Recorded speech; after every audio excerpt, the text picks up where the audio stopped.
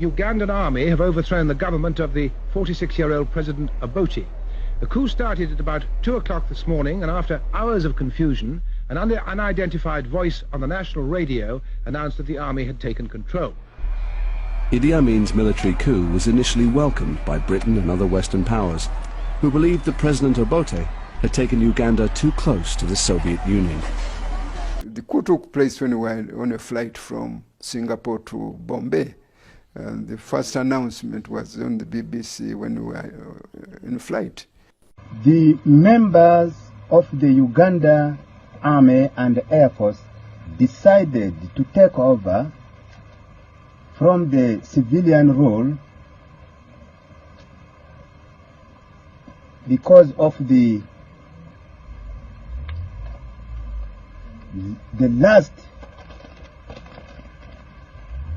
arrangement which were made by the Dr. Apollo Milton Obote to disarm the all tribe of Uganda except his own tribe Langi and Acholi. And also that is the point which brought all this problem.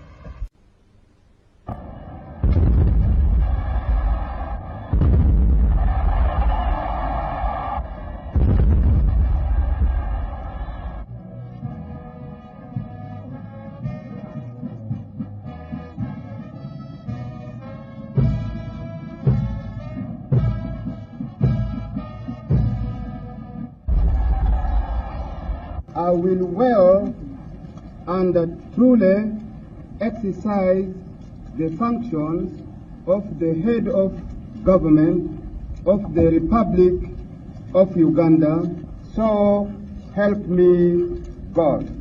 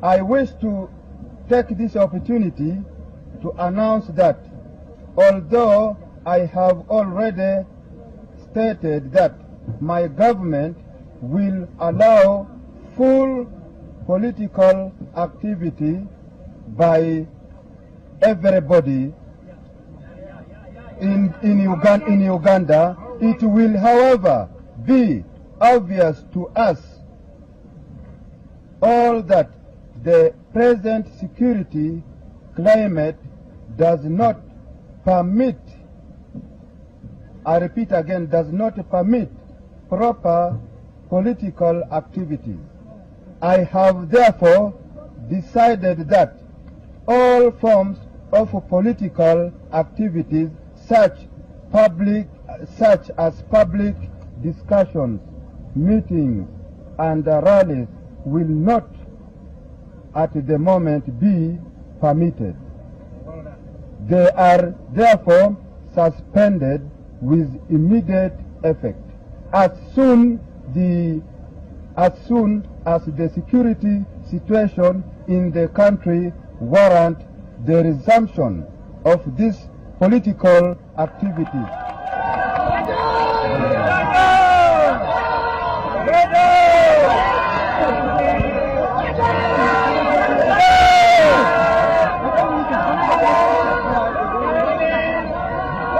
Your Excellency, you said that Dr. Obote is still the lawful president of Uganda.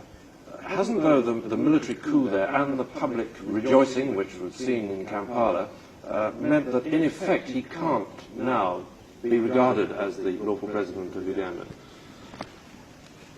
Well, I really don't think there is such proof. The rejoicing in Kampala has not surprised us. I don't know who has been surprised about the rejoicing in Kampala. Kampala is in Buganda. President Obote overthrew the Kabaka of Buganda. President Obote was trying to build the unity of Uganda by removing tribalism. And so the tribalists in Buganda will rejoice if President Obote is overthrown. So this did not surprise us. The army, I think everybody knows, including President Obote's enemies, the army is divided. This is known, that the army is divided in this matter. So why should we take it for granted that the people of Uganda will accept this change? What is the base of this change? I'm not surprised that there was rejoicing in Kampala, but I don't know whether there is still that rejoicing now. There seem to be a lot of people rejoicing. The Buganda perhaps are the majority, are they not? Yes, but where is the other rejoicing? I mean, Uganda does not consist of Kampala. There are stories that Amin has dissolved the local government bodies. Has he dissolved them because they are rejoicing or because they are not rejoicing? Why? And this, he has done this throughout the country. Why? Is this because they support him or because they don't support him? What is it? What does it mean? Well, would you like to see Dr. Obote back as president? Are you going to take any specific aims to get him back as president? Dr. Obote is the president of Uganda, who happens for the time being to be in Tanzania. It's been said that Dr. Obote has given you 24 hours as an ultimatum to get out and let him come back. Would it be ever possible that he could come back and take over? Dr. Obote will come back to Uganda as a citizen of Uganda, but not as a president of the Republic of Uganda. My last question here is that I have noticed and a comment on Radio Tanzania last night that Dr. Apollo Milton Obote, on his press statement in Tanzania yesterday evening, on his arrival from Nairobi, he made statement that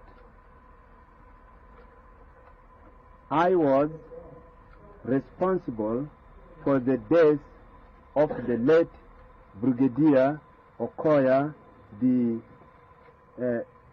2nd Infantry Brigade commander who was shot dead with his wife at Gulu earlier in January last year. Therefore, I have 7 prisoners who were actually arrested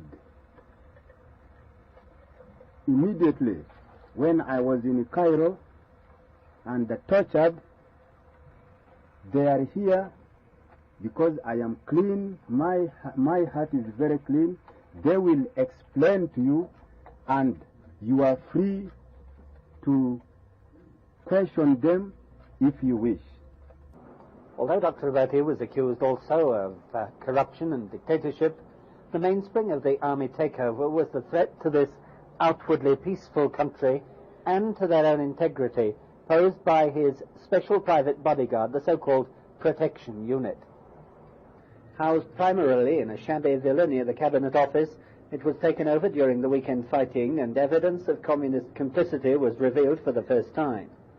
Every day since then, Ugandan regulars have been breaking open the barred, curtained rooms to find crate after crate of brand new Russian weapons. Pistols by the boxful wrapped in oiled paper for long transit, and each with English instructions. Rifles and automatic weapons were stacked in innocent-looking wardrobes. Mortar bombs and bazooka shells were hoarded ceiling high. None of this was apparently known to the General Staff, not even the first aid materials stamped in English with their manufacture and origin. Although it was known that the forces here have communist as well as Western advisors, what apparently shocked the regular army was the dual role both the presidential clique and the Russians were apparently playing here. Obote's secret bodyguard wore plain clothes and were addressed in all public notices as students. This arsenal itself was even called the Nakasero Hostel.